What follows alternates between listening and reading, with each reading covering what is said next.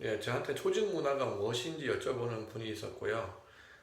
조직 문화는 어떻게 해서 이게 나오게 됐는지, 연구 배경이 어떻게 되는지 여쭤보는 분도 있었고, 최근에 뭐 수평적인 조직 문화 이런 얘기를 많이 하는데, 수평적인 조직 문화가 뭐 어떤 의미가 있는지 여쭤본 분들이 많아서 그런 설명을 좀 드리도록 하겠습니다.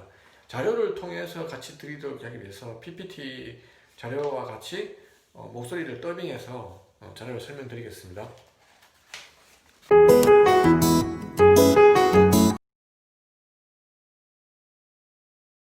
살펴보도록 하겠습니다. 이런 질문을 하셨습니다. 조직 문화란 무엇인지 궁금하다고 질문을 하셔서 답변 드리겠습니다. 여기 핵심 가치가 보입니까? 가장 중심에 조직의 핵심 가치가 태도로 나오고, 그 태도가 행동으로 나오고, 그게 스킬로 나온다고 봐집니다. 이게 조직 문화, 조직에서는요, 핵심 가치를 근간으로 한 회사의 제도와 규정, 경영 철학이 나오고요. 그 경영 철학이 결국은 사람들의 일하는 태도와 일하는 방식을 결정하게 됩니다. 그러니 경영 철학과 제도로서 일하는 방식을 나타내는 게 조직 문화의 발현 형태가 되겠습니다. 그래서 조직 문화라 하면요, 조직 구성원의 행동 기준이 되는 것을 일하는 방식이 간행으로 된 기업의 풍토, 즉 의사 판단의 중거로서 역할을 하는 게 조직 문화입니다. 조직 문화는 금방 만들어지는 것이 아니라 오랜 세월 동안 그 기업에서 경영 철학과 제도에 의해서 일하는 방식이 만들어지는 것을 조직 문화라고 할 수 있겠습니다.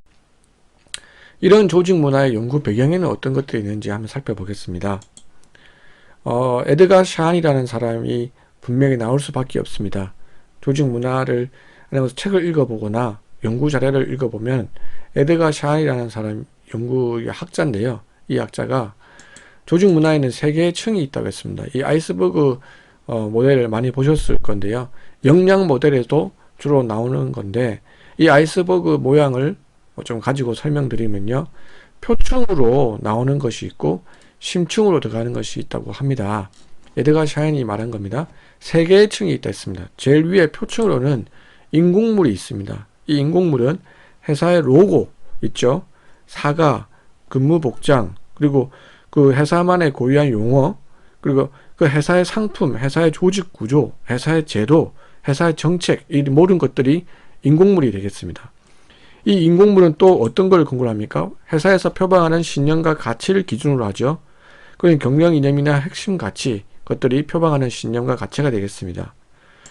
그 밑에는 암묵적으로 기본 가정을 하고 있는 조직 내에서 지극히 당연하다고 받아들이는 것들을 근거로 해서 표방하는 신념과 가치인 핵심 가치와 경영 이념이 나오고, 그것이 결국 회사의 노고나 사과, 근무 복장, 제도, 정책으로 나오게 되는 것입니다. 이런 얘기를 많이 들었습니다. 주변에서. 어떤 회사는 다 님이라고 부른다고 하는데요, 어떤 회사는 수평적인 조직 문화를 위해서 영어 이름을 부른답니다. 어떤 회사는 직위를 매니저로 통합했다고 합니다. 어떤 회사는 프로로 호칭을 통합했답니다.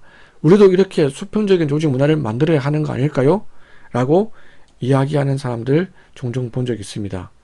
자, 수평적인 조직 문화가 무조건 다 좋은 것이냐, 그리고 그럼 또 무조건 다 안 좋은 것이냐, 그런 건 아니죠. 근본적으로 일하는 방식을 변할 수 있는 것들이 필요합니다. 자, 예를 들어 볼게요.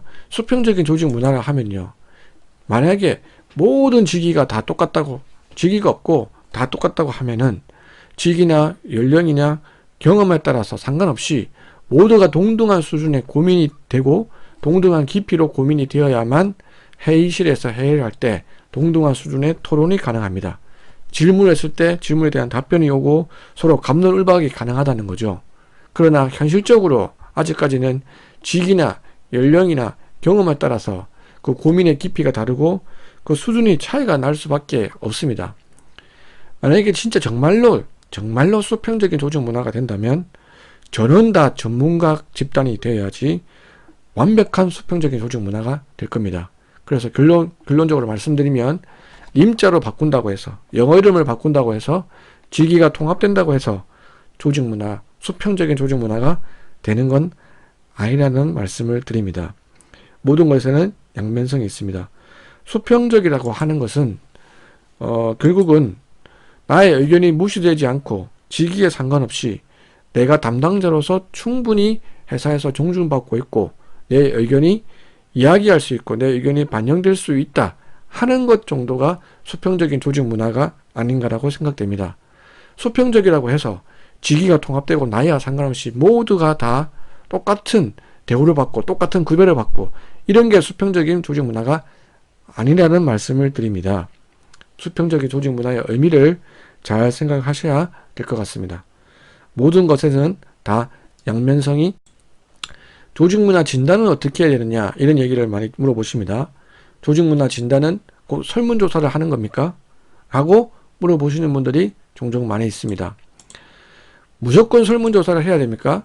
설문조사를 일단은 한다 하더라도 그 외에 직원들의 인터뷰라든지 직원들 포커스 그룹 인터뷰, 직원들과의 대화를 통해서 활동이 병행되어야만 리얼한 직원들의 보이스를 들을 수가 있습니다. 그래서 설문조사만이 조직문화 진단의 전부는 아니다라는 말씀을 드립니다. 또 어떤 데서는 조직문화 진단을 한 다음에 그 부서별로 점수를 매겨서 점수를 막 순위를 매기는 경우가 있습니다. 자, 그렇게 되면은 오히려 그 부서에 있는 팀장이나 그 부서에 있는 책임지는 리더들이 부하 직원들에게 야, 이렇게 조사하면은 점수가 순위가 나오는 거 알지?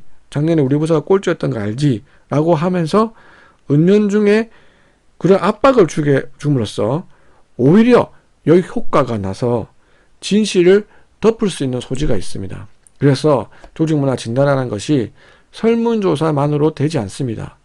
설문조사에는 특히 직원들의 불만이 많은 직원들이 글을 많이 쓰고 거기에 집중적으로 신중하게 하고 불만이 없는 직원은 덜 신중하게 할 가능성이 큽니다. 그래서 설문조사를 한다 하더라도 직원들의 리얼한 인터뷰가 분명히 있어야 된다. 그리고 점수로만 판단하지 마라. 직원들의 의견을 듣는 것을 잘 중요시 여겨라라고 말씀드립니다. 그래서 최근에는 어떤 회사들에서는 점수를 내지 않고 직원들의 의견만 듣는 활동을 대체하고 있는 회사들도 많고요. 과거처럼 점수를 내서 순위를 매긴 첫 번째 자료 잘 보셨나요? 이제 오늘 자료에서는 조직문화의 정의, 조직문화 연구 배경, 그리고 수평적 조직문화가 어떤 의미가 있는지에 대해서 설명드렸고요. 다음 편에서는 조금 더 자세히 다음 편을 설명드리겠습니다.